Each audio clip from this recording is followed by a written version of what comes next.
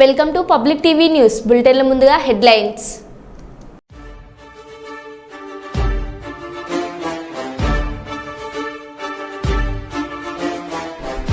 మానవతా విలువలు కోల్పోతున్న సభ్య సమాజం.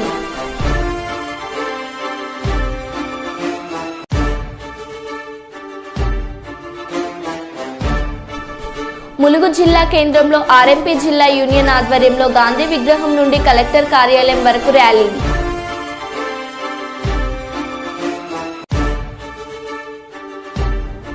ఏలేశ్వరం అప్పన్నపాలెం మధ్య ఉధృతంగా ప్రవహిస్తున్న ఏలేరు కాల్వ, కృంగిన బ్రిడ్జిపై నుంచి ప్రవహిస్తున్న ఏలేరు కాల్వ.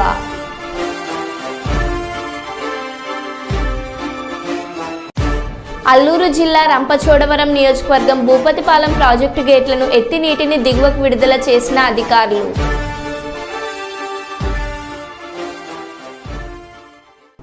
ఇక వివరాల్లోకి వెళ్తే, భారతీయ జనతా పార్టీ సభ్యత్వం అంటే భారతదేశ అభివృద్ధిలో భాగస్వామ్యం అయినట్టేనని బీజేపీ నాయకులు మాజీ ఎంపీ బూర నర్సయ్య గౌడ్ అన్నారు. వరంగల్ నగరంలోని రాధాకృష్ణ గార్డెన్స్లో వరంగల్ జిల్లా సంస్థాగత సభ్యత్వ నమోదు కార్యక్రమం నిర్వహించారు. బీజేపీ నాయకులు గంట రవి, ఎం ధర్మారావు, కుసుమ సతీష్, కె శ్రీధర్, అశోక్ రెడ్డి, పాపారావు తదితరులు పాల్గొన్నారు. ఈ సందర్భంగా బూర నర్సయ్య గౌడ్ మాట్లాడుతూ, సభ్యత్వం తీసుకునేటప్పుడు సభ్యులకు అవగాహన కల్పించి వారిపై వారే సభ్యత్వం తీసుకునే విధంగా చేయాలని, భారతీయ జనతా పార్టీ సిద్ధాంతం దేశం మొదట తర్వాతనే పార్టీ అనే విధంగా ఉంటుందని, అన్ని వర్గాల ప్రజలు వద్దకు వెళ్లి సభ్యత్వ నమోదు చేసి పార్టీని మరింత ముందుకు తీసుకెళ్లాలని, ప్రతి బూత్ నుండి 200 మందికి సభ్యత్వం ఇచ్చే విధంగా కార్యకర్తలు కృషి చేయాలని, 10 సంవత్సరాల బీజేపీ ప్రభుత్వంలో ప్రజలు చిన్న తీర్పుగా భావించి సభ్యత్వం చేయాలని, ప్రతి కార్యకర్త కష్టపడి సభ్యత్వాలు నమోదు చేసి పార్టీని అభివృద్ధి వైపు నడిపించాలని బీజేపీ నాయకులు మాజీ పార్లమెంట్ సభ్యులు బూర నర్సయ్య గౌడ్ పిలుపునిచ్చారు. మన ఎగ్జామ్స్ అప్పుడు ఆన్సర్ రాసేటప్పుడు ఎగ్జామ్స్ మనం గుర్తుపట్టి ఎమ్మెల్యేలు గెలవాలి. మన టార్గెట్ 88. చప్పట్లో కొట్టండి. 8 ఎమ్మెల్యేస్, 8 ఎంపీస్. Target 2028 88 MLAs. తర్వాత 2020. ఈసారి 2024 అంటే ఈ సంవత్సరం కదా. అదేవిధంగా రావాల్సిందిగా కోరుకుంటున్నాము. అదేవిధంగా మాజీ జిల్లా అధ్యక్షులు వంగాల సమ్మిరెడ్డి కోరుకుంటున్నాము. అదేవిధంగా రాష్ట్ర కార్యవర్గ సభ్యులు గురుమూర్తి శివకుమార్ గారు వేదిక మీద, కల్పన నవీన్ గారు వేదిక మీదకి రావాల్సిందిగా కోరుకుంటున్నాము. జలగ పాపారావు గారు రావాల్సిందిగా కోరుకుంటున్నాం. అదేవిధంగా వరంగల్ జిల్లా సభ్యత్వ ప్రముఖ వెన్నపల్లి పాపన్న గారు. మనం మెంబర్షిప్ పోతుంది ఇప్పటికీ. ఆన్లైన్ మెంబర్షిప్, ఆఫ్లైన్ మెంబర్షిప్, నమో యాప్ మెంబర్షిప్, సాధారణ మెంబర్షిప్, క్రియాశీలక మెంబర్షిప్, విశిష్ట మెంబర్షిప్ అన్నీ చెప్పడం జరిగింది. కానీ మొదట కార్యదీక్ష చెయ్యాలనే తపన ఉండాలి. చెయ్యాలనే తపన ఉంటే time is not a problem. నా మోడీ గారికి 24 గంటలే ఇస్తారు, రాహుల్ గాంధీకి 24 గంటలే వస్తారు, మీకు 24 గంటలే ఇస్తారు. కానీ మోడీ గారు 24 గంటలు కార్యదీక్షతో పనిచేస్తారు. మిగతా వాళ్ళు అట్లా చేయలేరు కదా. సో మోడీ గారు చేసిన పనులు మనం ఈవెన్ 1% చేసినా కూడా కనీసం మన తెలంగాణలో బీజేపీ మెంబర్షిప్ ఒక 40 నుంచి 50 లక్షలను ఈజీగా చేరుకుంటాం. ఇప్పుడే ధర్మారావు గారు చేయలేని అడుగులు వేరు. బీజేపీలో మెంబర్షిప్ చేయమంటేనే నీ యొక్క ప్రెస్టేజ్ పెరిగిందంట. బీజేపీలో ఒక జిల్లా అధ్యక్షుడు అంటే కేంద్ర మంత్రి కంటే పెద్ద పదవి. ఎందుకంటే కేంద్ర మంత్రి కూడా రావాలంటే ఈయన పర్మిషన్ తీసుకోవాలి. మండల పార్టీ అధ్యక్షుడు కూడా అదే పరిస్థితి. అంటే నీ యొక్క value, largest party in the వరల్డ్లో నువ్వు ఒక కార్యకర్తను, ఒక క్రియాశీలక మెంబరు, ఒక కార్యవర్గ సభ్యుడు అంటే నీ ప్రెస్టేజ్ అనేది పెరుగుతుంది. సేమ్ టైంగా బీజేపీలో మెంబర్షిప్ అనేది కేవలం ఒక పార్టీకి మెంబర్షిప్ కాదు, భారతదేశ మనుగడలో, భారతదేశ ప్రగతిలో, భారతదేశ అభివృద్ధిలో, అఖండ భారత్లో నువ్వు భాగస్వామ్యం కావాలంటే బీజేపీ మెంబర్షిప్ చేయరవై అని చెప్పాల్సిన బాధ్యత మనకున్నది. అందుకొరకే Bharat is for BJP, BJP is for the Bharat అనే విధానం ప్రజలకు బలంగా తీసుకెళ్లాల్సిన అవసరం. మీరు ఇంకోటి ఏంటంటే మనం చాలామంది పోయినప్పుడు మనకు మెంబర్షిప్ ఉంటుంది. మెంబర్షిప్లో భాగంగా మీకు చాలా రకాల క్రియాశీలక మెంబర్షిప్ కాకుండా సాధారణ మెంబర్షిప్ చాలామంది సెంట్రల్ గవర్నమెంట్ స్కీమ్స్ మన విశ్వకర్మ కానీ లేకుంటే ఇల్లు వచ్చిన వాళ్ళు కానీ వివిధ స్కీములు కానీ కిసాన్ సమ్మాన్ నిధి వచ్చిన వాళ్ళు కానీ యూరియా కానీ ఫెర్టిలైజర్ సబ్సిడీ వచ్చిన వాళ్ళు కానీ ఈ శ్రమ్ కార్డు హోల్డర్స్ కానీ ఇట్లా చాలామంది ఉన్నారు. దాదాపు 1 మంది లాభార్థుల లిస్టు తెలంగాణలో ఉంది. దానికి ఏం చేయాలంటే preparation is more important than publicity. Preparation అనేది కంటే పబ్లిసిటీ కంటే ప్రిపరేషన్ ఇంపార్టెంట్. ప్రిపరేషన్ ఈజీగా ఉంటే పబ్లిసిటీ ఆటోమేటిక్గా అయిపోతుంది. తూర్పుగోదావరి జిల్లా రాజమహేంద్రవరం చిరుత సంచారంపై అసత్య ప్రచారాలు చేసి ప్రజలను భయభ్రాంతులకు గురి చేయవద్దు. చిరుతను పట్టుకునేందుకు 50 మంది సిబ్బందితో 9 బృందాలు రాత్రి పగలు బస్తీ కాస్తున్నారు. శాఖపరంగా ఉన్నతాధికారులు జరిగిన వాస్తవాలకు ప్రజలకు తెలియజేసే విధంగా సమాచారాన్ని అందిస్తారు. సిటీ ఎమ్మెల్యే ఆదిరెడ్డి వాసు చిరుత సంచారంపై అసత్య ప్రచారాలు చేసి ప్రజలను భయభ్రాంతులకు గురి చేయవద్దని, తప్పుడు సందేశాలకి పాల్పడిన వారిపై చట్ట ప్రకారం కఠిన చర్యలు ఉంటాయని సిటీ శాసనసభ్యులు ఆదిరెడ్డి వాసు పేర్కొన్నారు. స్థానిక జిల్లా అటవీ శాఖ కార్యాలయాన్ని శాసనసభ్యులు ఆదిరెడ్డి వాసు సందర్శించారు. ఈ సందర్భంగా ఆయన మాట్లాడుతూ గత 3 రోజుల క్రితం నేషనల్ ఫారెస్ట్ నుంచి రిజర్వ్ ఫారెస్ట్కు వచ్చి సంచరిస్తున్న చిరుతపై ప్రజలు భయాందోళనకు గురవుతున్నారన్నారు.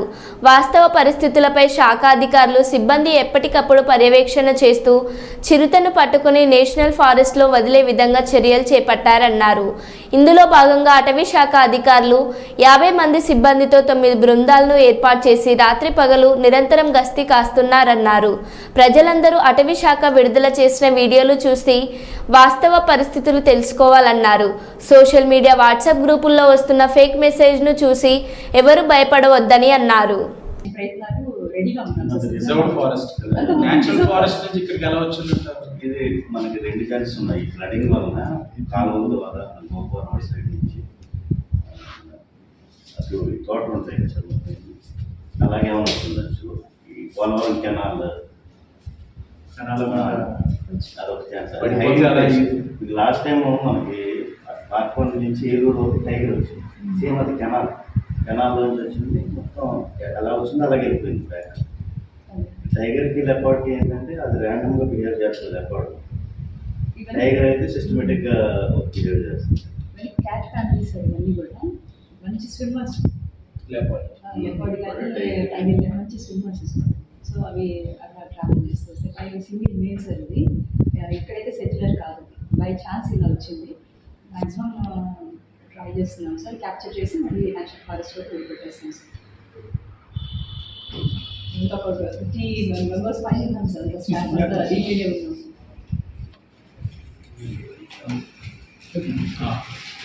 ఇలా ప్రజలందరికీ కూడా నమస్కారం. నేను మీ ఆదిరెడ్డి శ్రీనివాస్, రాజమండ్రి సిటీ ఎమ్మెల్యేని. ప్రస్తుతం ఫారెస్ట్ డిపార్ట్మెంట్ ఆఫీస్లో కూర్చున్నాం. ఏదైతే గత 3 డేస్గా లెపర్డ్ ఏదైతే నేచురల్ ఫారెస్ట్ నుంచి మన రిజర్వ్ ఫారెస్ట్కి వచ్చి సంచరిస్తూ ఉందో ప్రజలందరూ కూడా భయాందోళనకు గురవుతూ ఉన్నారు. వాస్తవ పరిస్థితులు డిపార్ట్మెంట్ ఏం చేస్తూ ఉంది, ఏ విధంగా ఈ యొక్క యానిమల్ని క్యాచ్ చేసి మళ్ళీ న్యాచురల్ ఫారెస్ట్కి రిలీజ్ చేసే కార్యక్రమం ఎలా జరుగుతుంది, పురోగతి ఏంటి అన్నది తెలుసుకోవడానికి నేనే రావడం జరిగింది. అధికారులందరితో కూడా చర్చిస్తా ఉన్నాం. దీని మీద ఒక 9 మెంబర్ టీం కాన్స్టిట్యూట్ చేయడం జరిగింది. డే ఇన్ డే అవుట్ రాత్రి పగలు సుమారు 50 మంది ఆఫీసర్స్ ఇదే పని మీద ఉన్నారు.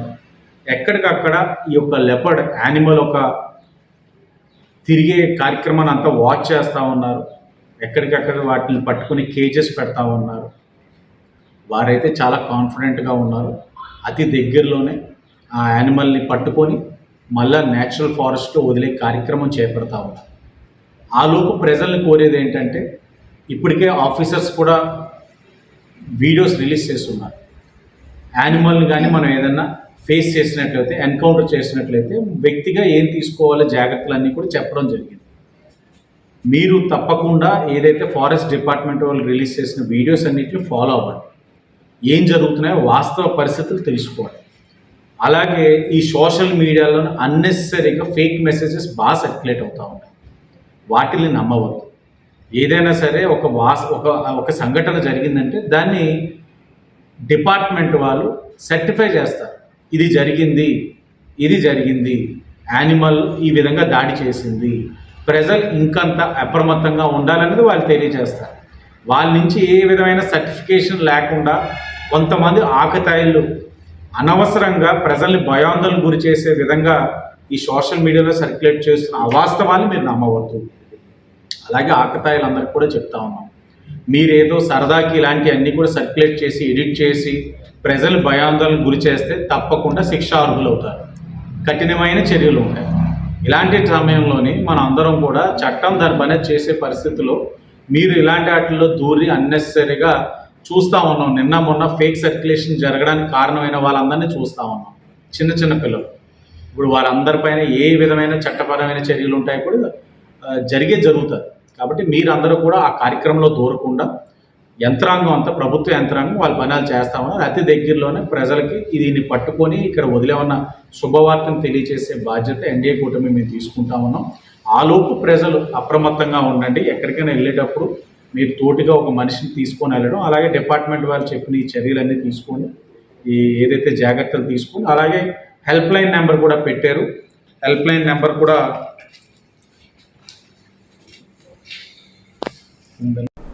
ఏపీలో పడుతున్న భారీ వర్షాల నేపథ్యంలో వాగులు వంకలు పొంగి పొర్లుతున్నాయి. మరోవైపు భారీ వర్షాలకు లోతట్టు ప్రాంతాలు జలమయమవుతున్నాయి. తాజాగా శ్రీకాకుళం జిల్లా లావేరు మండలం బెజ్జిపురం బుడతల గ్రామాల మధ్య అనంత వాగులో ఓ వాహనం కొట్టుకుపోయింది. వాహనంలో ఉన్న డ్రైవర్ను స్థానికులు కాపాడారు.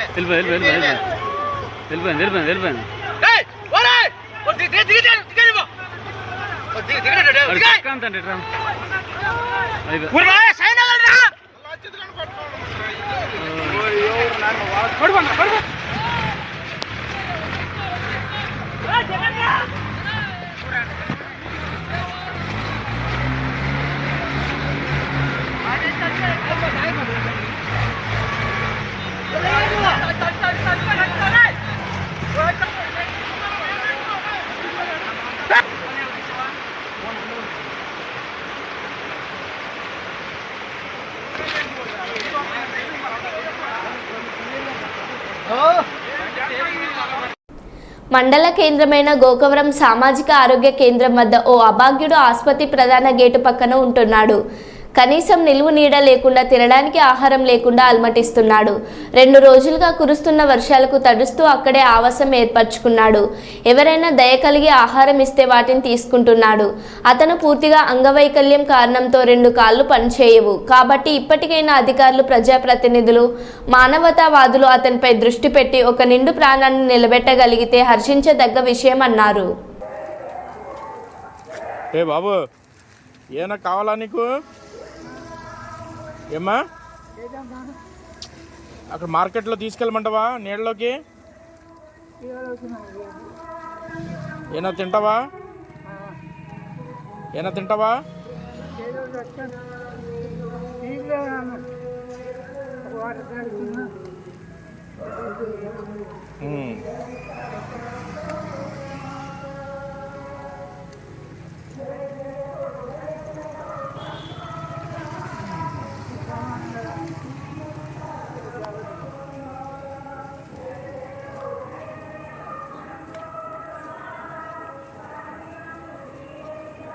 అల్లూరి సీతారామరాజు జిల్లా జీకే వీధి మండలం గాలికొండ పంచాయతీ చెట్రపల్లి గ్రామంలో ఆదివారం అర్ధరాత్రి కొండచర్యలు విరిగిపడి కొర్రకుమారి అనే 20 సంవత్సరాల మహిళ మృతి చెందిన మహిళ కుటుంబ సభ్యులకు జాతీయ విపత్తుల సంస్థ నిబంధనల ప్రకారం 5 లక్షల రూపాయల ఎక్స్గ్రేషియా ప్రకటించడం జరిగింది.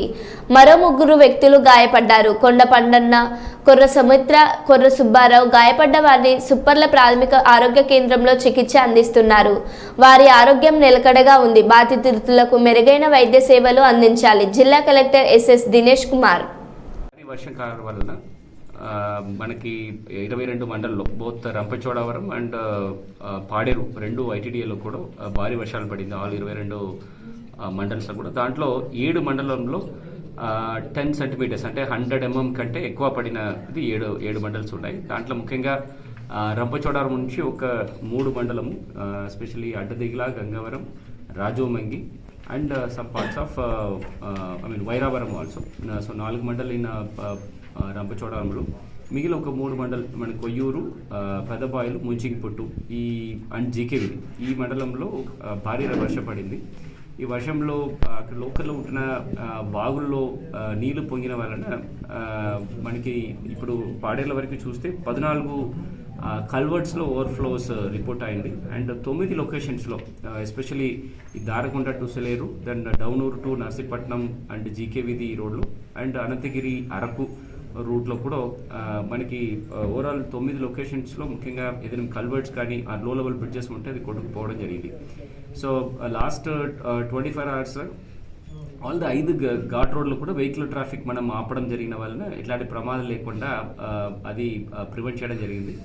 బట్ అన్ఫార్చునేట్లీ కాకినాడ జిల్లా ప్రతిపాడు, ఏలేశ్వరం, అప్పన్నపాలెం మధ్య ఉధృతంగా ప్రవహిస్తున్న ఏలేరు కాల్వ, కృంగిన బ్రిడ్జిపై నుంచి ప్రవహిస్తున్న ఏలేరు కాల్వ, ఏలేరు రిజర్వాయర్కు అంతకు పెరుగుతున్న ఏలేరు నీటి మట్టం, ఏలేరు రిజర్వాయర్కు వరద నీరు పోటెత్తడంతో 4 గేట్లు ఎత్తి 14,775 క్యూసెక్ల నీటిని విడుదల చేసిన అధికారులు.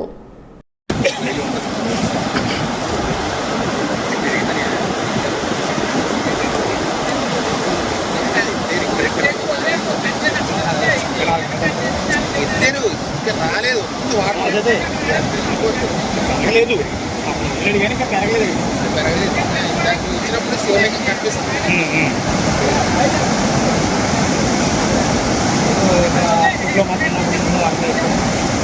నంది కొమ్ములు ఎత్తే దానిరే నంది కొమ్ములు ఎత్తేసి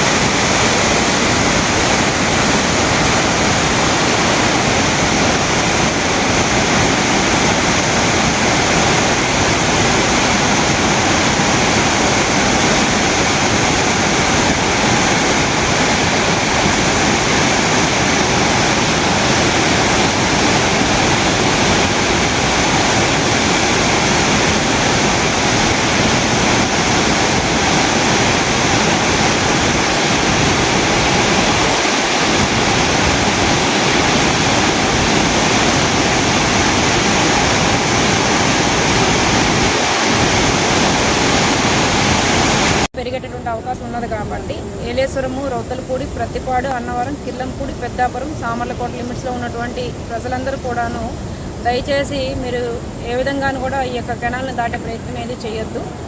ముఖ్యంగా ఏలేశ్వరం లిమిట్స్లో ఉన్నటువంటి ఏలేశ్వరం అటువైపు అప్పన్నపల్లి దగ్గర ఉన్నటువంటి బ్రిడ్జ్ మీద నుంచి ఫ్లో కొంచెం స్పీడ్గా వెళ్తుంది కాబట్టి అటు అప్పన్నపల్లి గ్రామస్తులైనా ఇటు ఏలేశ్వరం గ్రామస్తులైనా ఈ బ్రిడ్జిని ఉపయోగించకుండా ఉండాల్సిందిగా కోరుచున్నాం. దానికి సంబంధించి మా స్థానిక ఎస్ఐ గారు కూడా ఇక్కడ బార్గేట్స్ని రెండు వైపులా ఏర్పాటు చేసి ఇటువైపు మా ఏఎస్ఐ గారు మరి ఒక కానిస్టేబుల్తో 24/7తో ఇటువైపు ఒక పికెట్ రన్ చేస్తున్నారు. అదేవిధంగా అటువైపు అప్పన్నపల్లి గ్రామంలో సిఐ జగ్గంపేట పోలీసు వారితో అటువైపు కూడా 24 hours ఒక పికెట్ రన్ చేయడం జరుగుతుంది. సో దయచేసి ఏలేశ్వరం మరియు చుట్టుపక్కల ఉన్నటువంటి ప్రజలు దీని అందరినీ కూడా గమనించాల్సిందిగా కోరుచున్నాము. అదేవిధంగా వినాయక చవితికి సంబంధించి కూడాను నిమజ్జనాలకి ఈ యొక్క ప్రదేశము ముఖ్యమైనటువంటి నిమజ్జన కేంద్రంగా. ఇటీవల కురిసిన భారీ వర్షాలకు కేసముద్రం మండల కేంద్రంలో సంతోష్ నగర్ కాలనీ వరద బాధిత కుటుంబాలకు బియ్యంను పంపిణీ చేసిన కేసముద్రం స్టేషన్ పట్టణ మాజీ సర్పంచ్ జాటో సుజాత హరీష్ నాయక్ ఆపదలో ఉన్న ప్రజలను ఆదుకోవడానికి అన్ని విధాలుగా ప్రయత్నాలు చేస్తానని హరినాయక్ అన్నారు. బియ్యం పంపిణీని కేసముద్రం ఎంఆర్ఓ ఎస్ఐ చేతుల మీదుగా ప్రజలకు అందించారు. బియ్యాన్ని అందించిన మాజీ సర్పంచ్ హరినాయక్కు ప్రజలకు కృతజ్ఞతలు తెలిపారు. ఈ కార్యక్రమంలో కేసముద్రం తహసీల్దార్ దామోదర్, కేసముద్రం ఎస్ఐ మురళీధర్, స్థానిక నాయకులు పాల్గొన్నారు. జరిగిన భారీ వర్షాలకు ఈ ఉప్పు ప్రాంతం అంతా నీటిగడ్డు మునిగిపోవడం వలన పేద ప్రజలు బాగా ఇబ్బంది పడిన దృష్ట్యా మన మాజీ సర్పంచ్ జాటల్కు సుజాత హరి గారు వారి బాధను అర్థం చేసుకొని తన వంతు సహాయంగా ఈరోజు ప్రతి కుటుంబానికి 15 కిలోల బియ్యం చొప్పున 80 కుటుంబాలు మొత్తం టోటల్గా ఊళ్ళో 110 కుటుంబాలకు ఈ సహాయం అందజేయడం జరిగింది. గోపాలపట్నం, కంచెరపాలెం తదితర ప్రాంతాల్లో కొండ మీద ఇల్లు నిర్మించుకొని ఉన్న ప్రజలు భయభ్రాంతులతో బతుకుతున్నారు. ఎందుకంటే వర్షాలు కురవడం వల్ల కొండ చిలుకలు విరిగి పునాదినంలో నుంచి మట్టి రావడం, పిల్లలతో పెద్దలతో ఇబ్బందులు పడుతున్న ఈ విషయాన్ని విశాఖ వెస్ట్ ఎమ్మెల్యే పీవీజీఆర్ నాయుడు కనబాబు గారి దృష్టికి తీసుకువెళ్లిన ప్రజలు మమ్మల్ని కాపాడే దిశగా ప్రయత్నాలు చేయాలని ఆయన్ని వేడుకుంటున్నారు. అదే సమయంలో అధికార బృందంతో కలిసి పరిస్థితిని సమీక్షించి తగు చర్యలు తీసుకునే విధంగా అధికారులు ఆదేశిస్తున్నారు.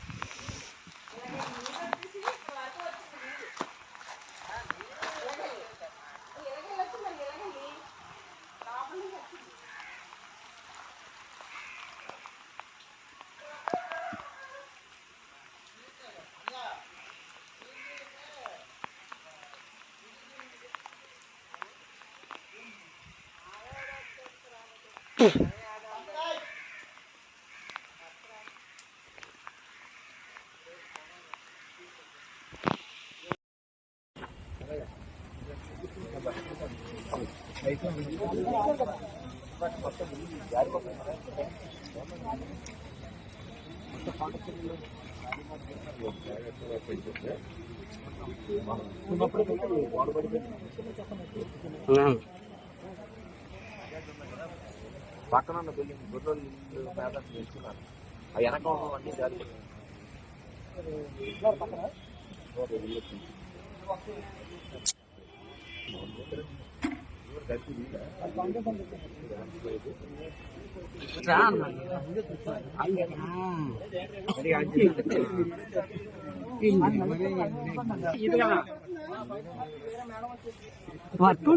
పెట్టేది అది చూడండి లేకమనే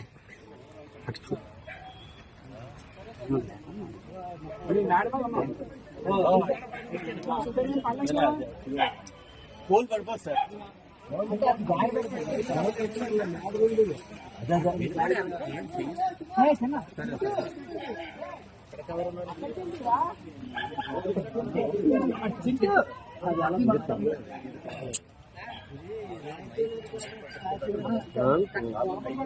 ఈ పాటకలు గణేష్ మండపాలకు సంబంధించి ఎలాంటి డబ్బులు ప్రభుత్వం వసూలు చేయడం లేదు.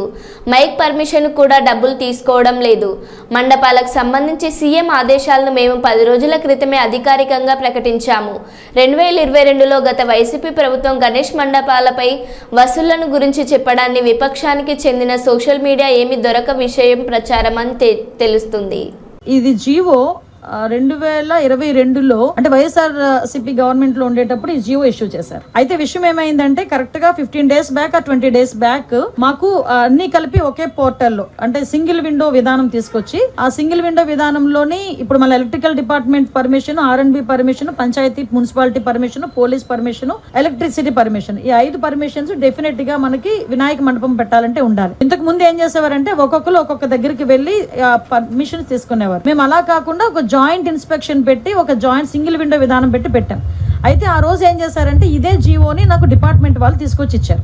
ఇస్తే నేను యాస్ట్రేస్గా ఈ జీవోలో ఏదైతే ఉందో మేము దాన్ని చెప్పడం జరిగింది. అయితే ఈ విషయం తెలుసుకున్న వెంటనే గౌరవ సీఎం గారికి విజ్ఞప్తులు వచ్చినాయి. గౌరవ సీఎం గారు కూడా దీని విషయం మీద మమ్మల్ని అడిగిన వెంటనే సార్ ఇలా జరిగింది, ఇలా జీవో ఉంది అంటే ఇమ్మీడియట్ గా ఆపండి, ఎవరు కూడా రూపాయి కూడా కలెక్ట్ చేయొద్దు. ఎస్పెషల్లీ ప్రతి సౌండ్ సిస్టమ్ కి మనకి ఏదైనా మనం సౌండ్ సిస్టమ్ పెట్టామంటే దానికి పర్టికులర్ గా మైక్ కి పర్మిషన్ తీసుకోవడానికి 100 రూపాయలు తీసుకుంటారు డిపార్ట్మెంట్ వాళ్ళు కూడా. అది కూడా తీసుకోవద్దు వినాయక చవితులకి అని చెప్పి చాలా క్లియర్ గా 10 రోజుల క్రితమే ఈ విషయం చెప్పడం జరిగింది. ఎవరు దగ్గర ఎక్కడ కూడా ఎటువంటి ఫీజెస్ కూడా కలెక్ట్ చేయట్లేదు, ఎటువంటి చలనాలు కూడా కలెక్ట్ చేయట్లేదు. ఏదైతే వినాయక చవితి అదే విధంగా దుర్గా నవరాత్రి ఉత్సవాలు మన రాష్ట్రంలోనే కాదు మన దేశంలో చాలా ప్రెస్టేజియస్ గా చాలా భక్తి శ్రద్ధలతో చేసే భక్తులు ఎవరైతే ఉన్నారో వాళ్ళెవరు కూడా ఇబ్బంది పడకూడదనే 10 రోజుల క్రితమే గౌరవ సీఎం గారు అందరికీ కూడా ఇన్స్ట్రక్షన్స్ ఇవ్వడం జరిగింది. ఈ రోజుకి కూడా కనీసం మైక్ పర్మిషన్ కి కూడా మేము ఎవరం కూడా డబ్బులు తీసుకోవట్లేదు. ఇది క్లియర్. దీనికి నేను 20 రోజుల క్రితం మాట్లాడిన మాటల్ని తీసుకొచ్చి వైఎస్ఆర్సీపీ వాళ్ళు ఏమీ లేదు అన్నట్టుగా ఈ రోజు కావాలని దాన్ని ట్రోల్ చేసే పరిస్థితి చూస్తా ఉంటే వాళ్ళ తాలూకా తెలివి తక్కువతనం, అదే విధంగా వాళ్ళు బురద జల్లే కార్యక్రమాల్లో వాళ్ళకి టైము సిచ్యువేషన్ అలాంటివి ఏం అవసరం లేదన్న సంగతి కూడా చాలా క్లియర్ గా అర్థమవుతుంది. ఇది క్లియర్ గా ప్రజలందరికీ కూడా అర్థం కావాలి కాబట్టి చెప్తున్నా. ఇది ఆల్రెడీ 2022లో ఇచ్చిన జీవో. ఆ రోజు ఆ జీవోని కూడా పక్కన పెట్టి ఎట్టి పరిస్థితుల్లో ఎవరికి కూడా అది కలెక్ట్ చేయొద్దు అని చెప్పారు. ఎవరు కూడా అక్కడ కలెక్ట్ చేయట్లేదు. ప్రతి ఒక్క చోట కూడా వినాయక ఉత్సవాలు అంగరంగ వైభవంగా జరుగుతున్నాయి. ప్రజలు ఎవరు కూడా ఇబ్బంది పడట్లేదు. మరో బులెటిన్లో మళ్ళీ కలుద్దాం. Stay tune.